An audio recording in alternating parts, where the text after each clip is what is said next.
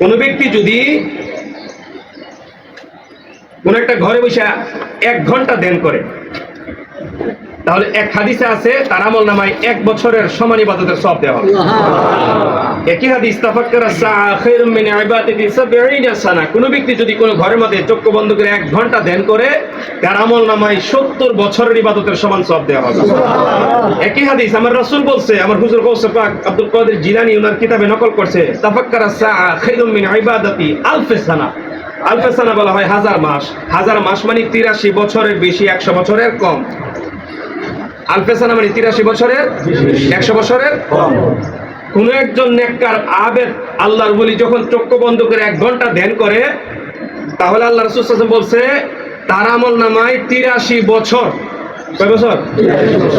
83 বছর ইবাদত বন্দেগী করে যেই সওয়াব একজন আল্লাহর মুমিন বান্দা চোখ বন্ধ করে ধ্যান করলে, ফাক্কারা ইউফাক্কিরু তাফকির, চিন্তা ভাবনা করলে, তার আমল নামায় 83 বছরের আমলের সমান সওয়াব দেওয়া হয়।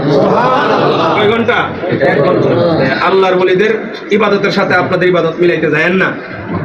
আপনার সারা জিন্দেগির ইবাদত আর আল্লাহর বুজুর্গ বান্দার 1 ঘন্টা। বুঝতে পেরেছেন? কয় ঘন্টা? 1 ঘন্টা। যে জালালউদ্দিন সুয়ুতির কিতাব কওমি আলিয়াত পড়ানো হয়, সেই জালালউদ্দিন সুয়ুতি 16 কদমে মক্কায় গেছে। কয় কদমে?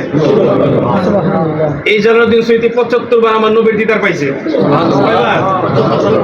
যেই বুখারীর কিতাবুল বুখারী, সহিহুল বুখারী কিতাবের রিওয়ায়াত দেওয়া হয়, ইমাম আবু আব্দুল্লাহ ইসমাইল বুখারী রাহমাতুল্লাহ আলাইহি, যিনি কোরআনের পরে যে কিতাবের সবচেয়ে বেশি মর্যাদা তাম পৃথিবীর মধ্যে, সমস্ত ধর্মের লোকেরা, আমাদের মুসলমান ধর্মের মধ্যে যে বিভিন্ন ফারাক আছে, গোত্র আছে, সবাই মানে এই কিতাবুল বুখারীর যিনি বুখারী লেখছে, ওনার যতটা হাদিস এই কিতাবের মধ্যে লেখছে, ততবার উনি নবীর সাথে সাক্ষাৎ করছে। সুবহানাল্লাহ।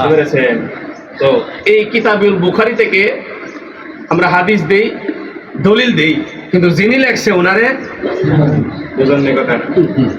দলিল আম গাছ, কিন্তু আম আমি খাইতাম হই না, আম গাছের ছায়াও আমি নিতাম না, আম গাছের তলেও আমি যাইতাম না, কিন্তু দলিল কি? এই হলো বর্তমান আমাদের ইসলাম। তো আপনারা খুশনসিব রে বাবা, আপনারা খুশনসিব, আপনাদের একটা সিলসিলা আছে। কি আছে?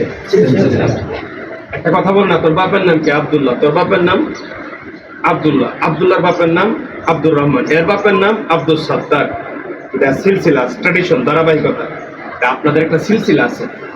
আপনারা যে কচু আসছেন, ওনার কাছে আসছেন, উনি কার কাছ থেকে এটা পাইছে? ওনার কাছ থেকে। উনি কার কাছ থেকে? ওনার কাছ থেকে। এইভাবে যাইতে যাইতে যাইতে যাইতে কিছু কিছু গেছে আবু বকরের কাছে, কিছু কিছু সিলসিলা গেছে হযরত উমরের কাছে রাদিয়াল্লাহু তাআলা আনহুমা, কিছু কিছু সিলসিলা গেছে হযরত উসমান গনির কাছে, কিছু কিছু সিলসিলা গেছে মাওলা আলী কাররামাল্লাহু ওয়াজহার কাছে। তা আমাদের কচু আর সিলসিলা গেছে হুজুর গাউস পাক হয়ে, শাহেনশাহ কারবালা ইমাম হুসাইন হয়ে, মাওলা আলী হয়ে রাসূলুল্লাহ। সুবহানাল্লাহ। বুঝতে পেরেছেন? এটা আমাদের সাজরা, নসবনামা, এটা আমাদের সাজরার ধারাবাহিকতা। সুতরাং আমাদেরকে চলতে হবে শাহেনশাহ কারবালার আদর্শে, ইমাম হুসাইনের আদর্শে আমাদের চলতে হবে। কারণ ময়দানে মাহশরে আমাদের সাথে ইমাম হুসাইন উনি থাকবেন। হাশরের ময়দানে ইমাম জাফর সাদেক, ইমাম মুসা কাজেম, ইমাম আলী রাজা, ইমাম নকি, ইমাম তকি, ইমাম হাসান আসকারী, ইমাম মাহদি, ওনারা থাকবেন। কেন?